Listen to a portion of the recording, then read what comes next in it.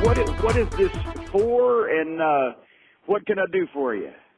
This is for the atheist website, Secular by Nature. Okay. I interview a lot of really interesting atheists and, very diverse, different people. I had a guy that was a chairman for the Black Panthers, and I've had Dan Savage and just all kinds of people. You're in good company, I assure you. But we've had everybody from comedians to scientists to, to Jim Cornette. So there you go. Well, there you go. Right. And where do you go from there? You might as well quit, right? Yeah, I can retire now fulfilled. Right. All right. So my first question is, how does a good old boy from Louisville end up being such an outspoken progressive and atheist? Well, it's a long story. I was born a small black child in a log cabin in whatever that thing from the Steve Martin movie is. From The Jerk, yeah. Yeah, basically, I never paid. I've always been an entertainment fan since I was a kid, not only wrestling, but movies and radio and music and television and not only the stars, but the business behind it, right? Right. And I've studied extensively all my life on that because I've always been but I've applied it to wrestling. I've been in the wrestling bubble. In the 80s, I was on the road working 300-plus nights a year as a performer. In the 90s, I ran my own promotion 24 hours a day out of Knoxville and also at the same time worked in the WWF and then was on the creative team there in Connecticut. And then came to Louisville to operate the developmental program for WWE and ran my own promotion again, 24/7, obsession job, right? Right. So I was in what they call in wrestling the wrestling bubble. And I honestly did not pay. I wasn't an outspoken atheist just because people look at you so sideways, or used to, especially. Right. I wasn't going to go down the street screaming, "There is no God," right? Right. But it became applicable to my public persona when about 10, 12 years ago, I started slacking off on my wrestling pursuits. I was with TNA part-time. But trying to get off the road and et cetera. And at the same time comes 9/11 and the two wars and the global financial crisis. And I started losing money and started reading these papers about what the fuck are we doing, and realized that George Bush is an idiot. Right. And then when I started paying attention to that and to politics, I started paying more attention to the fact, and this is what enrages me, and this is where all these worlds have collided. We have, amongst all the other problems and all the other issues that we have as a country and a planet, we have still in this day and age, in the 21st century, people being elected to public office to form laws, make public policy, and influence our entire lives, from where we live to how much money we have or don't have to what we eat, etc., based on what an invisible, supernatural, fictitious, supreme being would approve of. Right. And I find that unacceptable, because the saying is you're allowed in a free society to believe anything you want to believe personally, but in this instance, people's religious beliefs are being forced onto me and form in part how I'm able to live my life and what I'm able to do. And it's ludicrous. It is. And it seems like it's and that's where I have my two interests of bashing conservative Republican politicians and bashing religion have converged and come into play. And now that I do the podcast, I'm more outspoken about it. Right. Because before, when I was speaking in public in wrestling, it was within the context of the programming. Whether I was announcing a wrestling match or whether I was a performer on the show or whatever the case. But now I'm myself in not only my public appearances, but the shows that I do. And I can't stop talking about this because it makes my head explode. I understand that, Bull. Definitely, and it seems like it's getting worse every day. Well, it actually, if you look, almost every society, as they become more educated and more enlightened, becomes less religious or dependent on religion or strictly dogmatic about it or whatever. Right. But now, I mean, this whole thing converges. The evangelicals, as they call them, are a huge contingent of the Donald Trump supporters. So that means that these godly religious people will accept the most immoral, unethical, untruthful, basically the antithesis of anything that they say that a godly religious person should be in the White House, if it will make sure that they get conservative judges that will make church mandatory and destroy a woman's right to pick whether she has a baby or not. Right. So they're willing to cross that bridge and have this complete pig in the White House if it furthers their own. That's why I said they're not about morals and principles. They're about their morals and principles. Right. And they're fanatics because it's come down to the point where the majority of Americans are certainly not Trump supporters, but they're still religious. Right. But the most religious people and the people who take this stuff most seriously, because as you know, religion in large part lends itself to fanatics and, you know, the really extremists. Just like most other people with mental health issues, or flock to something that they can be fanatical or extreme about. They're basically that loud, vocal minority of really people who really take this shit seriously and will stop at nothing to achieve their aims are the basis of the Republican Party. Right. Right. Well, you know, and something else, you know, you talked about so many of them, the Trump followers being, you know, religious. And, you know, I've kind of had this theory for a while. I kind of think that spending your entire life believing in something that is probably bullshit kind of leads you to a path of being able to believe the kind of shit that Donald Trump is selling.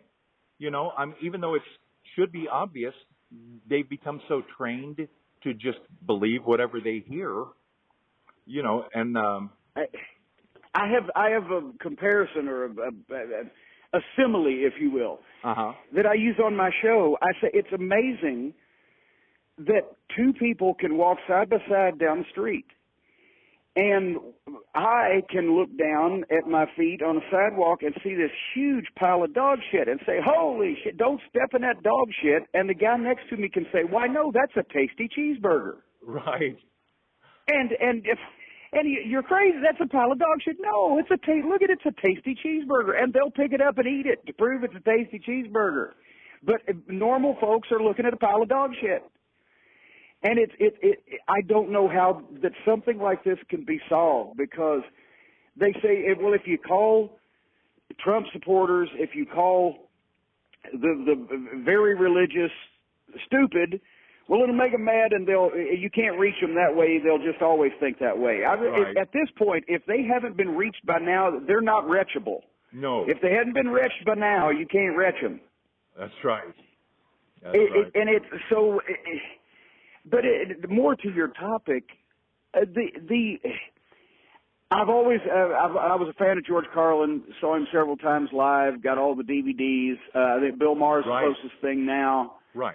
But most comedians now, and over the past 10 or 20 years, the really hot, edgy comedians have been able to point out the ridiculousness of almost every backstory of almost every religion, right? Right. And they get huge crowds and people are laughing. And I'm just wondering, has that made the really religious more like, well, I'll show you? Right. Because it's, you know, you can't not laugh when you break it down, and people are still sitting there going, no, it's a tasty cheeseburger. Right. You can't help but laugh at those people. And somebody said on Twitter here the other day, It's a free society. You have a right to your beliefs, and you have a right to express them, and I have a right to laugh at them if they're really fucking stupid. Right. No, that's true. That's definitely true. But so, and I mean, you know, and once again, I don't understand it. I wrote a column, as a matter of fact, on, I don't know if you've seen my website, jimcornette.com. I have. But have you read the commentaries section? Yeah, I read a few of them. But religion is cosmetic surgery for the soul, right? Well, I was going to ask you about that one, but yeah, I read that one. It's great. I can understand if you're in a what do they call it, foxhole in in Iran somewhere, or if you're on death row or in prison, or if you're fatally ill, knock on wood. That okay, you might be more inclined to go, yeah, let's go with this, but I just don't understand the people like a Mike Pence of the world who they walk around with that smug little look on their face, the Jerry Falwell smirk, like they know something that you don't know, and they're trying to bring you along because you're such a little simpleton, and they're peddling fantasy and fiction to gullible people and people who need to hear that. And here's the thing. And I guess it's a step up, but a lot of wrestlers go to rehab, and I find that most people, wrestlers or otherwise, when they come out of rehab, they've exchanged the one addiction for now it's God will show me the way. Right. And you've exchanged a substance abuse problem for a mental issue, and that you have to keep straight, believe in the obvious bullshit. That if you just sat down for a minute. Right. I mean, if it was the Easter Bunny story is probably not as far-fetched as the backstory of some major religions that billions of people around the world follow. But because the Easter Bunny is, and I guess once again, that's even partly related to religion, because, what is the origination of Easter was when Jesus rose from the dead and put eggs underneath the children's pillows. I don't. Right. And how and the bunnies don't lay eggs, right? So I don't know how that whole thing worked out. Right. I was going to ask you. Very frustrating. You spent a lot of years, working in the world of professional wrestling, obviously. Now, I don't know as a fact, but that strikes me as an environment that isn't probably particularly conducive to atheism. And I was just curious, like, I'm sure you didn't go around and, spout this stuff, but, what was it like being in that environment, or was it even that way? Am I wrong? Well, actually, once again, in the 80s, when I was primarily in the locker rooms with the boys, right? Right. There was not that much talk about politics or religion. Right. It was the matches, the ribs, the girls, the other territories, the house, the business. It was just the guys, right? Right. But then fast forward, and once again, there were always some guys that we used to laugh at.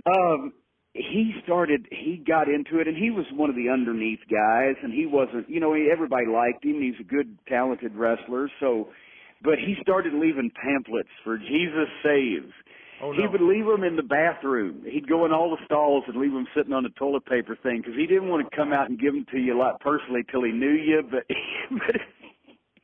was trying to spread the word. And we'd laugh, me and the boys, and go, oh, geez, here... Georgia's spreading God again. Right. Oh, good Lord, hold on. I'm sorry. I'm just looking out the window now. The county is digging up something on the other side of the street from me, in addition to all my issues. No. And then fast forward to TNA, I think around 2007, and me and Dutch Mantell are producers of the show for the various matches and promo segments and et cetera, and Dutch's on the creative team, and we are running around trying to find all the talent The guys in the main event, the guys in the world title match. So, we started getting things together, and we found out they'd organized, because it was a Sunday, right? Right. They'd organized a special prayer session for all the believers upstairs in one of the buildings. And I'm like, Jesus fucking Christ is what I said. They could have gone to church this morning. It's 2:30 in the afternoon on pay-per-view day, and we can't find the world champion, Sting.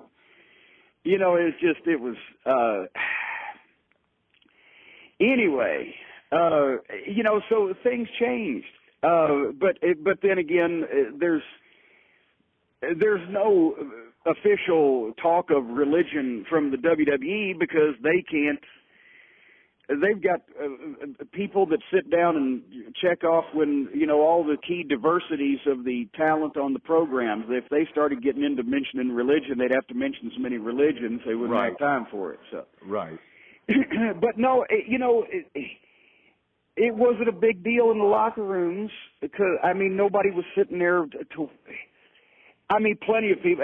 Flair's favorite line is, God bless you and your family, Right. But it's not like he was saying, okay, now let us open the book and pray before our match, Right. So it wasn't like it came to any arguments that I ever saw between anybody. Right.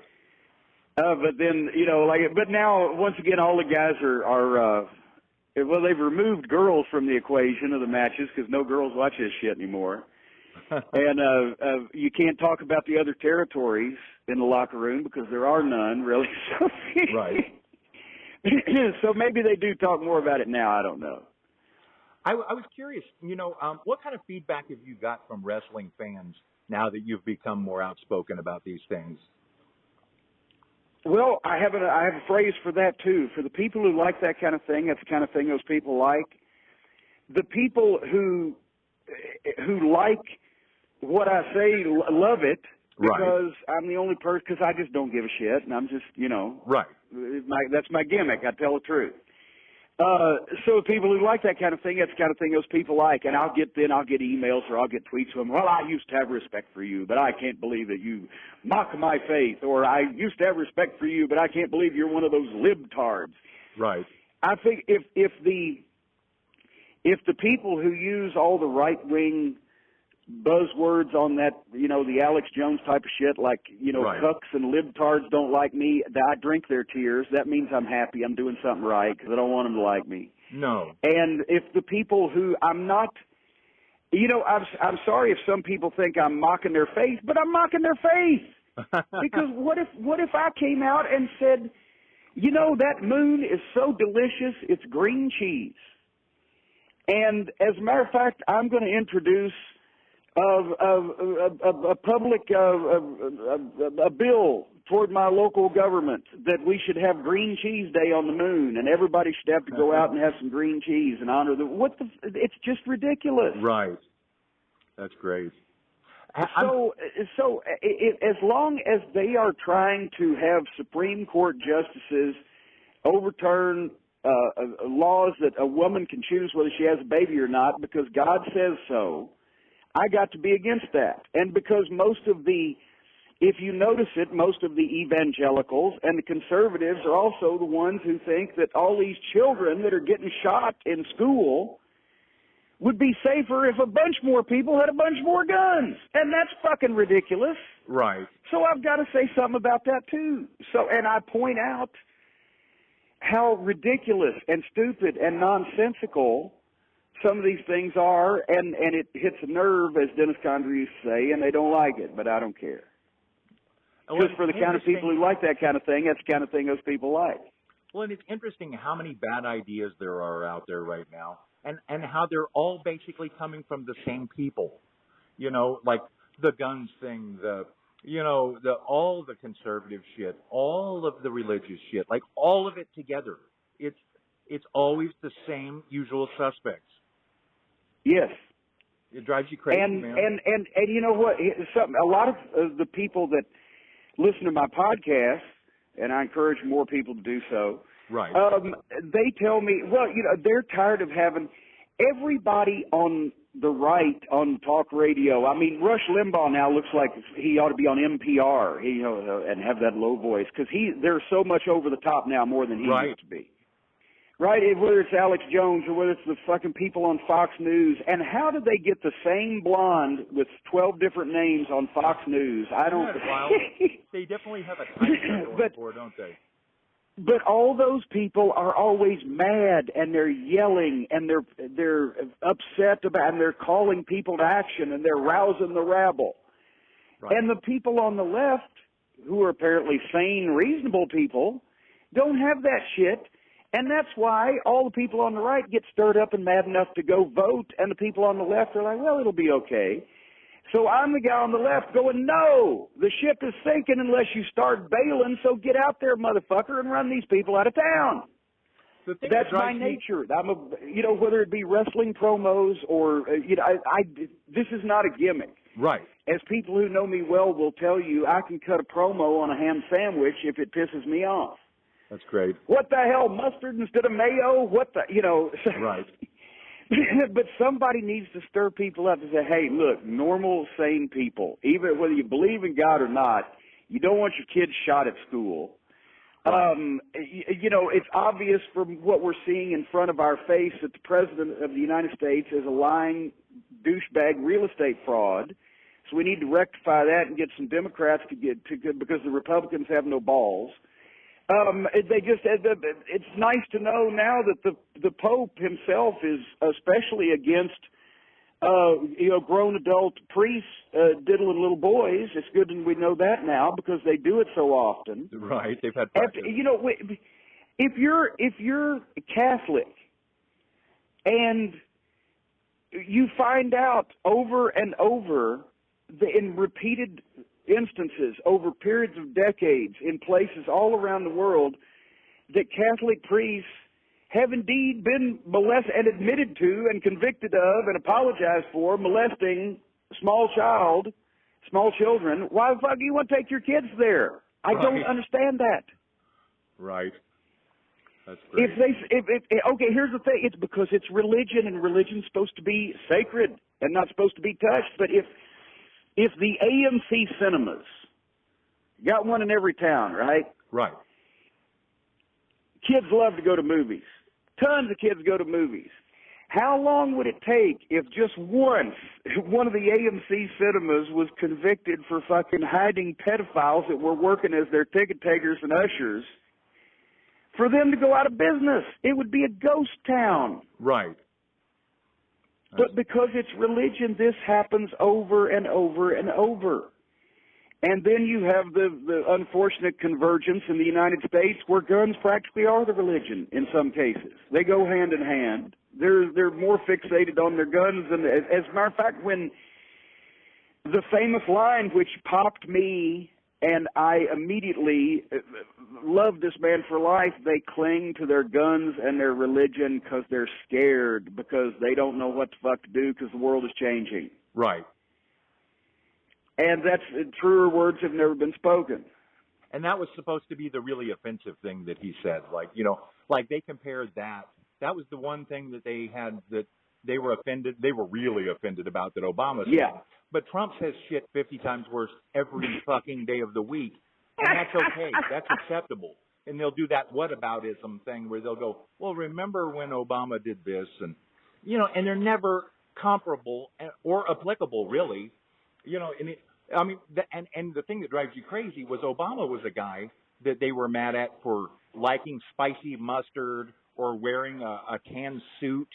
And Trump every day goes 5 million times beyond any infraction, and they're cool with it. They don't see, they're still like, well, that fucking Hillary, that fucking Obama. Her email. They're nuts. And her email. I think they're nuts. So. Well, yeah, and that's the thing is what we have to do, and the broader picture in the short term, to get this under control where some kind of sanity can return and prevail, is everybody needs to get out and vote as many Republicans out of office as possible, because they're all either complicit or batshit crazy. They're either complicit because they know all this shit's bullshit, but they're doing it for the power, or right. They're batshit crazy because they don't know all this shit's batshit crazy. So either way, they need to move over. They're going to fuck everything up. But I just wish I could say that I would live to see, but it's going to be, unfortunately, longer than that. Right. That people evolve out of religion. Yes, we can understand in primitive times. As I said, when leeches were the cutting edge medical technology or whatever, right? Right. I can understand that, and I could understand the Native American tribes and different civilizations around the world, the sky creature or whatever, the giver of life, that whole thing. But now that we know kind of enough of what's going on to realize that we're in charge of our own destiny, see, that was always the whole thing. They couldn't control people back then because there was no organized law and order. So they had to tell somebody something. Okay, if you're a bad person, then you're going to burn in hell forevermore, right? So try to be good because we can't stop you right now. And give them a reward. But if you're good, you go to heaven, and you see all your friends, your family, and sit on the cloud. Okay, that obviously is not going to work in this day and age as a control factor for most people. And also, I always think you're either good or you're not, regardless of what you believe. But eventually, we will evolve out of this and realize that we're running this shit, and God's not going to save the planet. We have to, instead of poisoning the atmosphere, and God created a flood or whatever. We're running this shit. We're in charge of ourselves. We have to find the way to the fucking picnic because there's no GPS. So, but as long as people have the crutch of thinking, well, we can pray to, they're not going to take matters in their own hands. And also, it's just ludicrous for people who have half a lick of common sense. Right. It's just frustrating. What are you? I'm not against all the good things that churches do on a local basis. Why does it have to be about praying to an invisible God to have a local community group that gets together in a building and raises money to pay for sick kids' medical treatment or money or for food for the, hungry or whatever? Why does that it's not a law that the only way you can have that kind of gathering is if you pray to a fictitious supreme being at the same time. No, I agree. Well, Jim... So maybe if we could ever get to the point where we evolve out of the ridiculous part of religion and just get the people all to get together and be nice to each other. Wouldn't that be nice? Wouldn't that be great? Imagine. Right. Here we go. We're going back to the John Lennon song. That's pretty much what it is. Imagine. Well, Jim, I want you to stick around on the line for just a second. I am recording this, so I want to thank you for allowing me to interview you. So is there anything you want to say in closing? Yeah, JimCornette.com, and the holiday merchandise this year is going to be spectacular. Yes, JimCornette.com. I don't make too many live appearances these days. I pick my spots, but I'm going to be in Philly, Nashville, and Louisville before the end of the year. But also, please listen to the Jim Cornette Experience on Thursdays and Corny's Drive-Thru on Mondays, and wherever you find and steal your favorite podcasts. And hopefully I won't get kicked off the internet for being too honest about people.